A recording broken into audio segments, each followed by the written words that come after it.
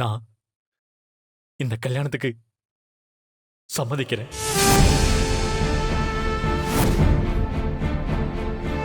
என்ன சொல்ற சீனு? என்ன சொல்றேன்னு என்ன கேட்காத. இத்தனை நாளா என்கிட்ட கேட்டுட்டு இருக்கிற விஷயம் தானே இது. என்ன சொல்ல வருவ, என்ன சொல்ல போற, இதுக்கு மேல நீ என்ன சொல்லுவ, என்ன நினைப்பன்றது எல்லாமே என்னால புரிஞ்சுக்க முடியுது. இப்போ இந்த நிமிஷம் சொல்றேன், எனக்கு இந்த கல்யாணத்துல சம்மதம். இனிமே நம்ம காதலை பத்தி நான் பேச மாட்டேன். இனிமே எனக்கும் உனக்கும் நடுவுல ஒண்ணும் இல்ல. உனக்கும் எனக்கும் நடுவுல நடந்த விஷயங்கள் எல்லாமே நான் மறக்க தயாராயிட்டேன். நீயும் மறந்துடு.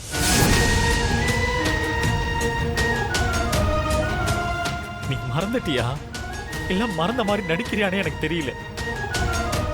அது உன் விஷயம். அதுக்குள்ள நான் வரல.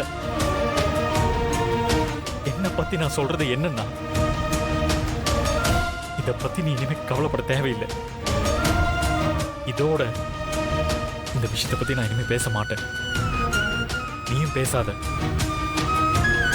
இந்த குடும்பத்துக்காகவும் மாமாவுக்காகவும் இந்த கல்யாணத்துக்கு நான் முழு மனசோட சம்மதிக்கிறேன்.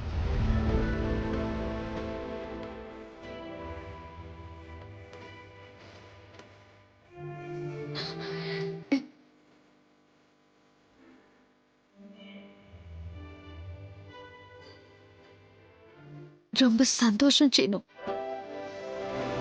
பெரியப்பாவுக்காக இந்த குடும்பத்துக்காக நீ ஒரு முடிவு எடுக்கிறேன்னா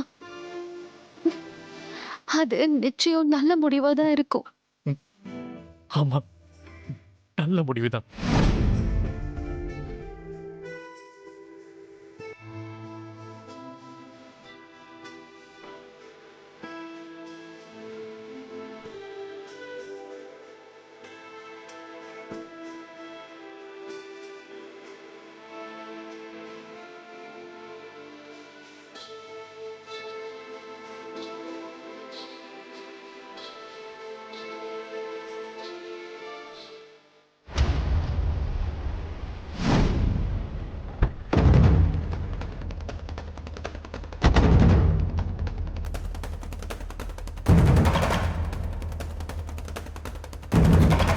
ரகுராம், ரகுராம், என்னாச்சு? என்ன நடந்துச்சு சொல்லுங்க. ஒண்ணு இல்ல, உட்கார் உட்கார். உட்காருங்க.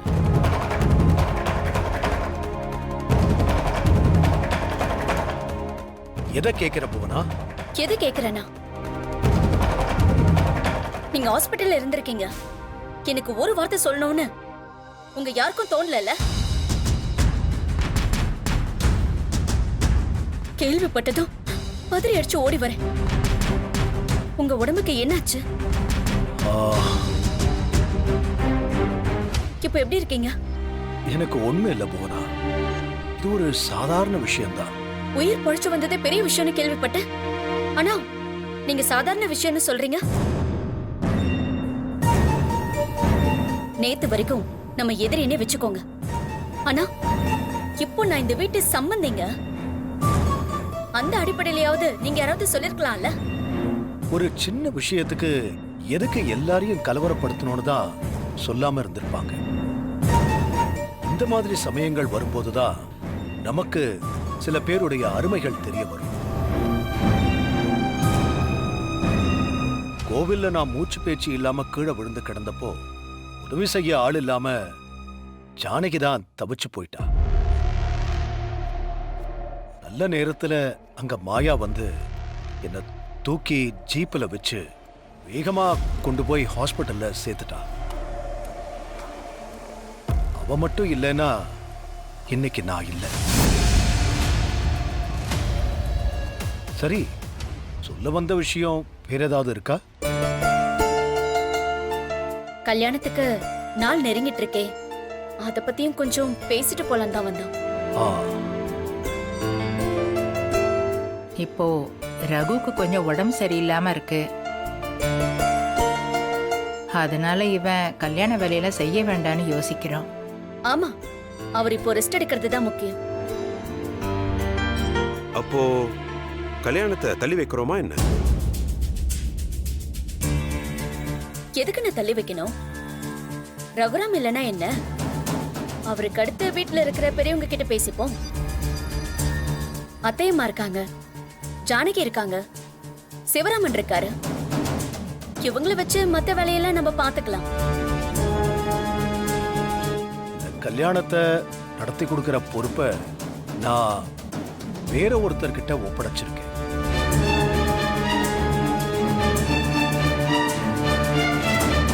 இவங்களெல்லாம் தாண்டி அப்படி யாரு? இன்னைக்கு என்ன புதுமையோ அதையும் நாம காலங்காலமா கடைபிடிக்கிற அந்த பழமையையும் கலந்து இந்த கல்யாணத்தை சிறப்பா செஞ்சு முடிக்கக்கூடிய ஒரு சிறப்பான ஒருத்தரை தான் நான் தேர்ந்தெடுத்திருக்கேன். பீடிகையே பலமா இருக்கே. அப்போ ஆளும் பெரிய ஆளா தான் இருப்பாங்கன்னு நினைக்கிறேன்.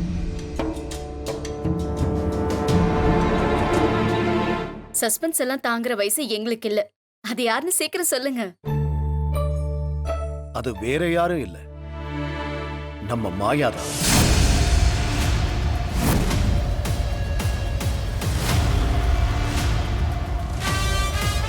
மாயா எல்லாத்தையும் பார்த்துப்பா. நீங்க எதுவா இருந்தாலும் அவகிட்ட பேசி முடிவு பண்ணிக்கலாம்.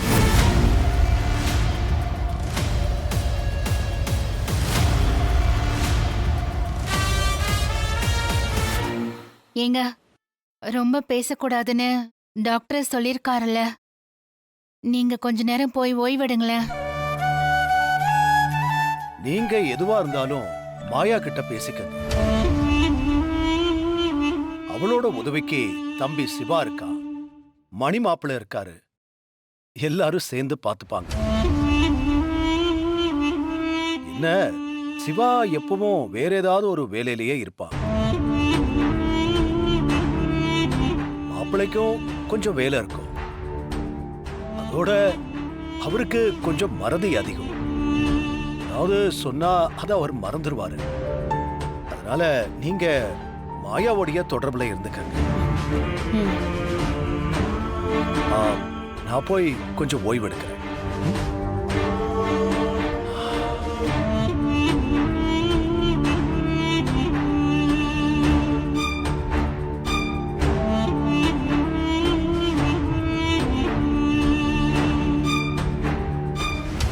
இங்க பாருங்க அத்தை, நான் சொல்றேன்னு தப்பா எடுத்துக்காதீங்க.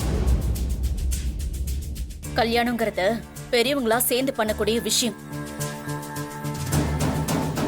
அவ சின்ன பொண்ணு, அவளுக்கு என்ன தெரியும்? இத பத்தி நான் அவர்கிட்ட என்ன பேச முடியும்? நீ சொல்றது எனக்கு புரியுது புவனா. ஆனா அவளே பண்ண போறதில்ல. பெரியவங்க நாங்க கூட இருக்கோம்ல. ஆனா உங்க புள்ள சொல்லிட்டு போறத பார்த்தா அப்படி தெரியலையே. இந்த கல்யாணம் நடக்கணும்னு நாங்க எவ்வளவோ இறங்கி வந்திருக்கோம். ஆனா அவ கூட பேசி முடிவு பண்ணுங்கன்னு சொல்லிட்டாரு. எங்கள ஏதோ கொஞ்சம் குறைச்சு எடை போடுற மாதிரி இருக்கு. குறைச்செல்லாம் எடை போடலமா, நம்மள மட்டம் தட்டுற மாதிரி இருக்கு. அதை எதுக்கு நீ மறைச்சு பேசுற? 100 கல்யாணத்தை பார்த்த நீங்க இருக்கீங்க. இந்த குடும்பத்தை நடத்த அனுபவம் இல்ல ஜானகி இருக்கா. ரகுவோடவே இருந்து எல்லாத்தையும் நடத்திக்கிட்டு இருந்த சிவா இருக்காரு. மாப்பிள்ள மணி இருக்காரு. உங்க எல்லாருக்கும் இல்லாத அனுபவம் அவளுக்கு இருக்கா என்ன? அவதான் டிசைடிங் அத்தாரிட்டின்னு நீங்க எல்லாரும் முடிவு பண்ணிட்டீங்கல்ல. அத நாங்க மறுக்க போய் கல்யாணத்துக்கு ஏதாவது பிரச்சனை வந்துற போது. அதனால மாயா மேடம கூப்பிடுங்க, நாங்க பேசிட்டு போயிடுறோம்.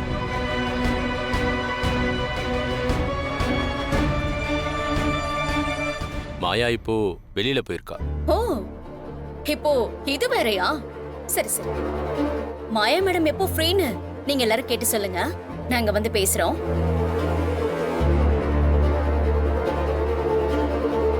வரோம் அத்தை, வாங்கண்ணே. புவனா,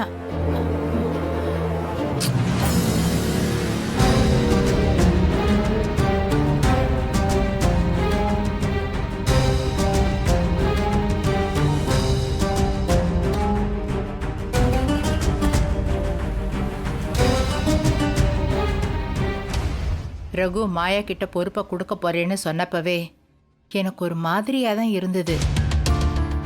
அவ வெளிநாட்டுல வளர்ந்த பொண்ணு. அவளுக்கு இந்த கல்யாணம், கலாச்சாரம் இதெல்லாம் எப்படி தெரியும்?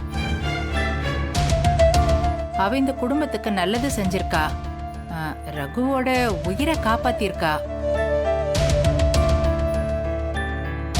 அதுக்கு நாம என்னைக்கு அவளுக்கு நன்றி கடன் பட்டிருக்கோம், அதை நான் மறுக்கல. ஆனா அதுக்காக அவளை முன்னிறுத்தி வைக்கணும்னு அவசியம் இல்லைல்ல.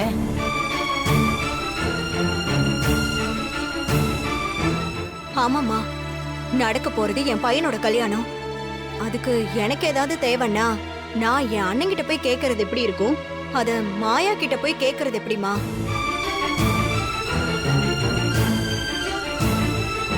இதேதான் சாரு வீட்லயும் யோசிக்கிறாங்க.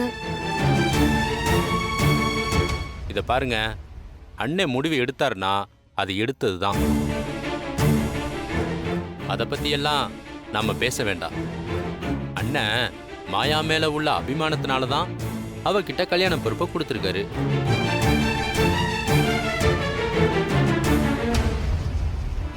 என்ன பண்றது, நாம அவளுக்கு கூட இருந்து எல்லாத்துலயும் ஒத்துழைச்சாதான் இந்த விசேஷத்தை நல்லபடியா நடத்தி முடிக்க முடியும். அதனால இதுல நாம எதுவும் பேச வேண்டிய அவசியம் இல்லை. ஜானகி, உனக்கு தெரியாதது இல்ல. அவ எப்படி வந்தா, இப்ப எப்படி இருக்கான்னு எல்லாம் உனக்கு தெரியும். அவ நிறைய மாறி இருக்கா. இந்த குடும்பத்துக்கு அவ நிறைய நல்லதும் செஞ்சிருக்கா. அதுக்கு நாம அவளுக்கு என்ன வேணும்னாலும் செய்யலாம். ஆனா இந்த விஷயம் மட்டும் எனக்கு சரியா படலம்மா.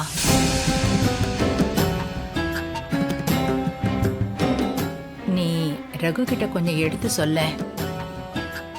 நானும் அவங்கிட்ட பேசி பார்க்கறேன். இதை வச்சு நாளைக்கு கல்யாணத்துல எந்த சிக்கலும் வந்துடக்கூடாதும்மா. அதுதான் என்னோட பயம்.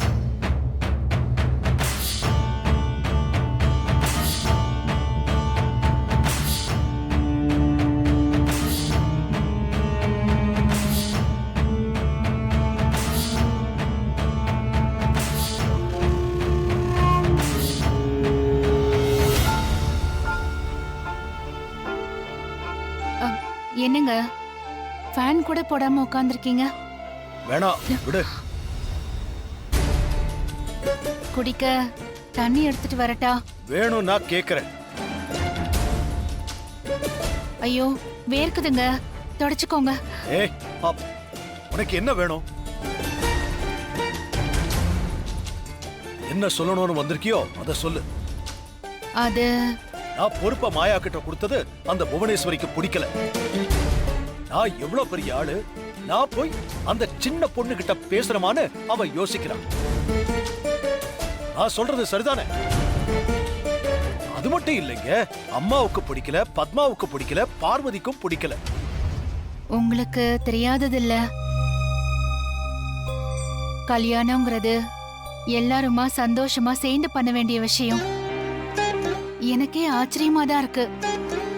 இவ்ளோ பெரிய விஷயத்த நீங்க எப்படி அவகிட்ட ஒப்படைச்சீங்கன்னு. அவளை வீட்டுக்குள்ளேயே வர வேணாம்னு சொன்ன ஒருத்த இன்னைக்கு அவளை நம்பி இவ்வளவு பெரிய பொறுப்பை ஒப்படைச்சிருக்கேன்னா அதுக்கு நிச்சயமா ஏதாவது ஒரு காரணம் இருக்கும்னு ஏன் என் பக்கத்துல இருக்கிற நியாயத்தை யாருமே யோசிக்க மாட்டேங்கிறாங்க.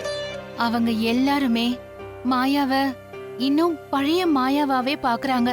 நான் மாயாக்குள்ள நடந்த மாற்றத்தை தான் பாக்குறேன். வாழ்க்கை அவளுக்கு பல சோதனைகளை வச்சது, பல பரீட்சைகளை வச்சது. அதுல எல்லாத்துலயுமே அவ ஜெயிச்சு நம்ம குடும்பம் நம்ம கௌரவம்னு பிடிவாதமா நிக்கிறான். இன்னைக்கு இங்க இருக்கிறவங்க எல்லாம் நாளைக்கு ஒரு இக்கட்டான சூழ்நிலை வரப்போ நம்ம பக்கம் நிப்பாங்களான்னு எனக்கு தெரியாது. அது தனாவா இருக்கட்டும், சீனுவா இருக்கட்டும். ஆனா மாயா எல்லாம் தாண்டி நம்ம கூட நிப்பான்னு என்னால உறுதியா சொல்ல முடியும். இதையெல்லாம் தாண்டி என் மனசுக்குள்ள தோணுன ஒரு காரணத்தை சொல்லட்டுமா? சொல்லுங்க. நமக்கு ஒரு பையன் இருந்திருந்தா அவன் தானே இந்த கல்யாணத்தை நம்ம ஸ்தானத்துல நின்னு நடத்திருப்பான். ம், நான் மாயாவை ஒரு பொண்ணா மட்டும் பார்க்கல, என்னோட பையனாவும் பார்க்கிறேன். தப்புன்னு தோணறத முன்னாடி நின்னு எதிர்த்து பேசுறதாகட்டும், தான் செஞ்சது தப்புன்னு தெரிஞ்சதும் இறங்கி மன்னிப்பு கேட்கறதாகட்டும், ஒரு பிரச்சனைன்னு வரப்போ சொந்த அப்பாவாவே இருந்தாலும் தூக்கி போட்டுட்டு நமக்காக நிக்கிறதாகட்டும். எனக்கு ஒரு பையன் இருந்தா அவன் எப்படியெல்லாம் இருக்கணும்னு நான் ஆசைப்பட்டேனோ அந்த ஆசையோட வடிவமா மாயா இருக்கா.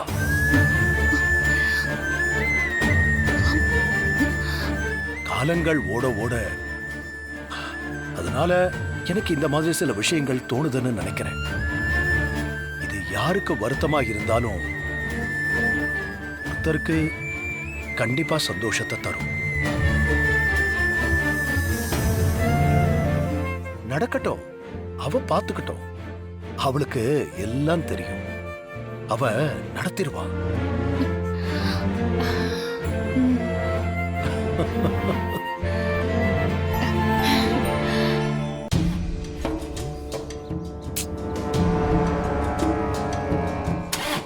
என்ன ப்ராப்ளம்? என்ன பிரச்சனைனே தெரியல, ஆனா ஸ்டார்ட் ஆக மாட்டேங்குது. என்னால உள்ள உட்கார முடியல. நீ ஸ்டார்ட் பண்ணிட்டு கூப்பிடு. சரிம்மா, நான் வெளியே நான் இருக்கேன்.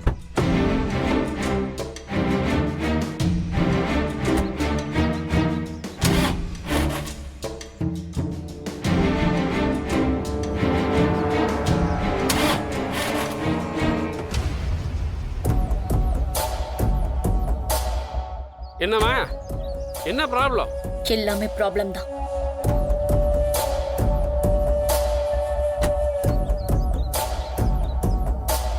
கெத்தாவே இருந்து எதுவுமே நடக்கலையேன்னு கொஞ்சம் இறங்கி வந்தா நம்மளை இன்னும் இறக்கிக்கிட்டே இருக்காங்க. வணக்கம்.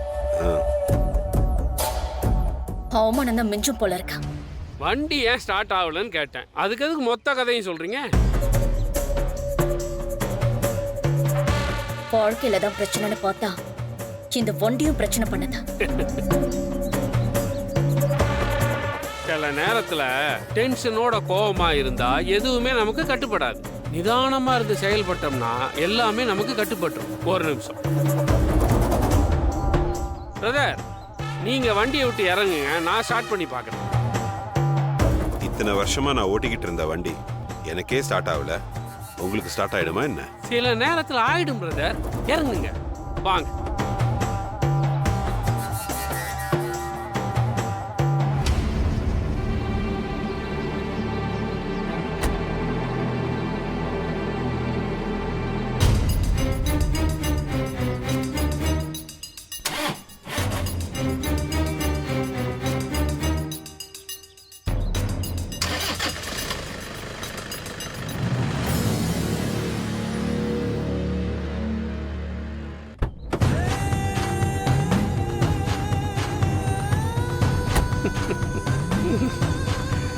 பிரதர், நீங்க ஆத்திரத்துல எட்டி உதச்சி ஏறி மிதிச்சு என்னாச்சு?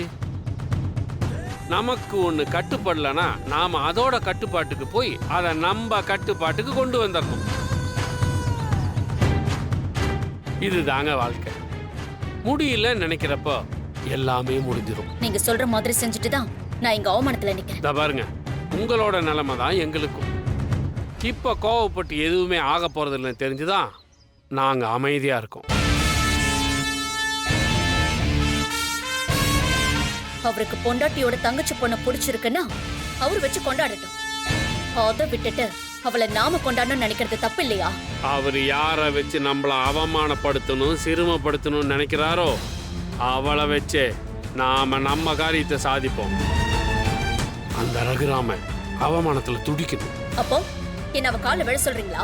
ச்சே, நம்ம ஏன் அவன் காலில் விடணும்? அவனை நம்ம காலில் விட வைப்போம். இந்த கல்யாணத்தை பொறுத்த வரைக்கும் நாம ரகுராமங்கிட்ட ஒரு விஷயத்தை சொல்லி சாதிக்கிறத விட கல்யாணம் காட்சியை பத்தி எதுவுமே தெரியாத அவளை வச்சு சாதிக்கிறது தான் ரொம்ப சுலபம். அவரு இவளை வச்சு நம்மளை அவமானப்படுத்துறதா நினைச்சிட்டு இருக்காரு. ஆனா இவளை வச்சு நாம அவரை அவமானப்படுத்த போறோம். அதை மனசுல வச்சுக்கோங்க. என்ன அப்படி பாக்குறீங்க? எப்பறா உங்க மனசுக்குள்ள இருக்கிறத கரெக்டா கண்டுபிடிச்சிட்டேன்னு பாக்குறீங்களா? எனக்கு உங்க 2 பேர் குடும்பத்தை பத்தியும் ஆதி முதல் அந்த வரைக்கும் எல்லாம் தெரியும். ரகுராமால நீங்க வஞ்சிக்கப்பட்டது, ஏமாத்தப்பட்டது எல்லாம் எனக்கு தெரியும். வருஷங்களையும் வாழ்க்கையும் தொலைச்சிட்டு இன்னைக்கு வரைக்கும் கல்யாணம் பண்ணாம காத்துக்கிட்டு இருக்கீங்களே, அது எதுக்கு? அந்த ரகுராமனை பழிவாங்க தானே? சீனுக்கு என்ன பிரச்சனையோ, சீனு என்ன திரும்பி கூட பார்க்க மாட்டேங்கிறான். சந்தோஷமா ஒரு வார்த்தை, ஒரு பார்வை, இது மாதிரி சின்ன சின்னதா இருந்தா கூட பரவாயில்ல, நீ சொன்னா அவன் கண்டிப்பா கேட்பான். நான் சீனு கிட்ட பேசுறேன் சாரு. நீ சாரு கிட்ட கொஞ்சம் அன்பா நடந்துக்காம ஏன் அவளை விட்டு தள்ளியே இருக்க? அவளுக்குன்னு சில எதிர்பார்ப்பு இருக்கும்ல, அது என்னன்னு கண்டுபிடிச்சு அதை தீர்த்து வைக்க பாரு. சரி பண்ணிட்டா போச்சு.